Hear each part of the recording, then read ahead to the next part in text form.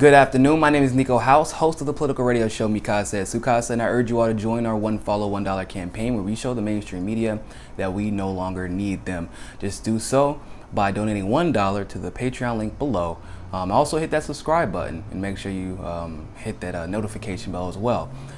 Today I wanted to actually report to you something that actually gives me personally a glimmer of hope for the future of media, ladies and gentlemen. As you all know, Michael Flynn had been claimed of that he was going to actually testify that Trump told him to collude with Russia well before the election was over, which I was actually going to do a video explaining how that makes no sense, because Trump and Flynn weren't like colleagues or in cahoots or anything like that before he selected him for his position.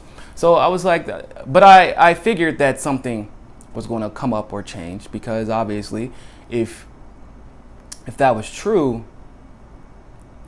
then he probably wouldn't have gotten leaked out. A lawyer would not leak out that Michael Flynn would testify against Trump, because that gives Trump's team all types of ways to prepare, discredit Michael Flynn.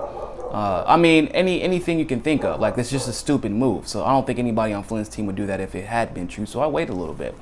And I'm glad I did wait, because we then found out that that story was complete and total bullshit. And it was simply, it was a miscalculation, apparently. And to be totally honest, I'm very, very pleased with the way that ABC handled this. Bryan Ross, the reporter the investigative reporter who actually gave us this story, was in fact suspended for 4 weeks without pay. And they issued a public apology. And he issued a public apology saying that it is his job to hold people accountable, and that is why he agrees with the decision for himself to be held accountable. And ABC said they're going to make sure that he does not cover any Trump-related matters again. This is extremely important. When I call for accountability for the mainstream media, with situations like this, I don't want to ruin someone's life. I did not expect Bryan Ross to be fired, never get picked up by another journalism team again, like never be able to cover politics again. What I am referring to is this: suspend them so that they know there will be consequences. Acknowledge the fact that you misreported. Acknowledge the fact that you don't try to do a little retraction saying, yeah, this wasn't up to our standards. Because they don't, like New York Times didn't admit they were wrong. They did everything but admit they were wrong. This isn't up to our standards, so we retracted the story. Same thing with CNN. This isn't up to our standards, so we retracted the story.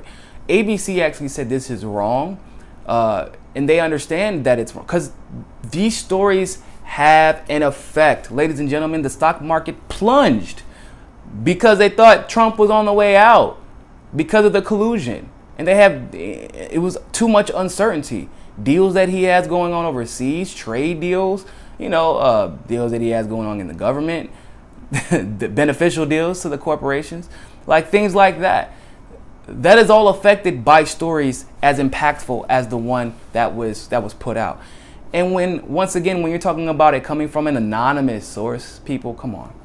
An anonymous source? Once again, you can't release a groundbreaking story from an anonymous source. A groundbreaking story. You can't do that. Not from an anonymous source. We saw that. How has that worked out this election season? This election cycle? This presidential term? New York Times, anonymous sources, story retracted. NBC, same thing. CNN, same thing. All of these anonymous sources, anonymous intelligence agents, all these anonymous people, all these anonymously based stories, all end up being BS and get retracted. But this is the first time that we've actually seen someone held accountable for that. And I'm actually very grateful for that. It gives me a glimmer of hope.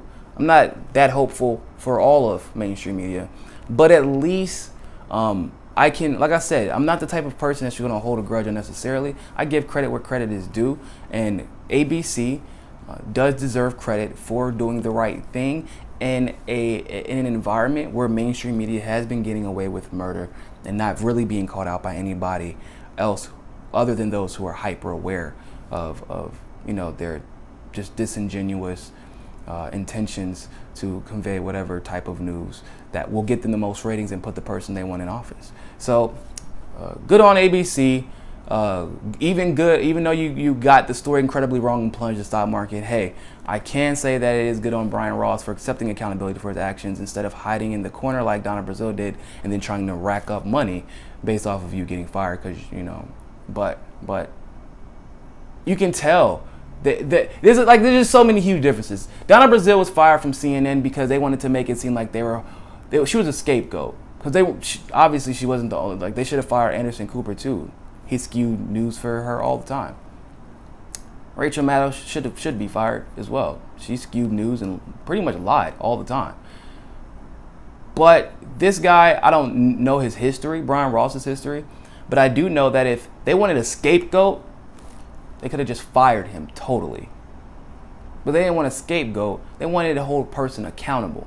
Those are two different things. You wanted legitimate accountability and you wanted to legitimately assure the masses that you don't have an intention on putting out false stories, and if a false story does leak out, that you're going to retract it, that you're going to hold yourself accountable and you're going to hold the person accountable, and you're going to print out the real story, which is what ABC News did, and that is a commendable effort by a mainstream media source. So I do want to say that. So with that being said, thank you so much for watching. Leave your thoughts and comments below. Let me know if you think it's enough for the 4-week suspension, or if they should have fired him, or do you think ABC did enough, or that they didn't do enough? Thank you all so much for watching, and always remember, find your balance. Peace.